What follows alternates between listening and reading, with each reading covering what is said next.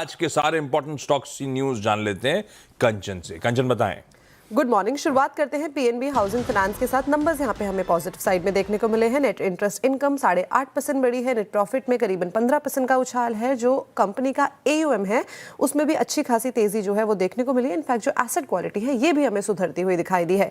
SML Mahindra के numbers आए हैं। नंबर्स हमें यहाँ पे इतने ठीक ठाक नहीं देखने को मिले हैं। EBITDA यहाँ पे 90 करोड़ पे अनचेंज रजिस्टर किया गया है। इनफैक्ट मार्जिन तो हमें कॉन्ट्रैक्ट होते हुए दिखाई दिए हैं। Same case with Nelco. यहाँ पे भी जो ऑपरेटिंग नंबर्स वो हमें गड़बड़ाते हुए दिखाई दिए हैं। नंबर्स में यहाँ पे प्रेशर आता हुआ दिखाई दिया है। हालांकि घाटे से मुनाफे में कंपनी आई है लेकिन ऑपरेटिंग नंबर्स अभी भी पेनफुल है। इंडोसोलर के नंबर्स की बात करी जाए तो नंबर्स यहाँ पे भी हमें कुछ उसी फ्रंट लाइन में देखने को मिले हैं। रेवेन्यू में करीब 56% की गिरावट जो है वो देखी गई है। अर्गो कैपिटल नंबर्स यहाँ पे ठीक देखने को मिले हैं। नेट इंटरेस्ट इनकम 13% बढ़ी है।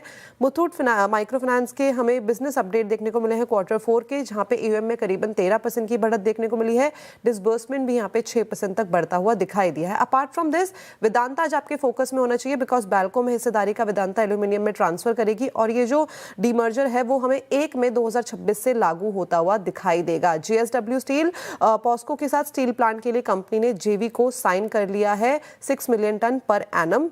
साथ में TVS मोटर्स बिकॉज और Hyundai मोटर्स भी आपके फोकस में होना चाहिए बिकॉज इसके Hyundai मोटर्स के साथ TVS मोटर्स ने जॉइंट डेवलपमेंट अग्रीमेंट जो है उसको साइन किया है। बिल्कुल ठीक। वो कोरियन प्रेसिडेंट साहब आए हुए हैं ना, तो ये सब जॉइंट डेवलपमेंट एग्रीमेंट्स हुए JSW स्टील वाला TVS और Hyundai मोटर्स के बीच। खैर ये सब इंपॉर्टेंट स्टॉक्स की न्यूज हो गया आज के लिए। क्विकली छोड़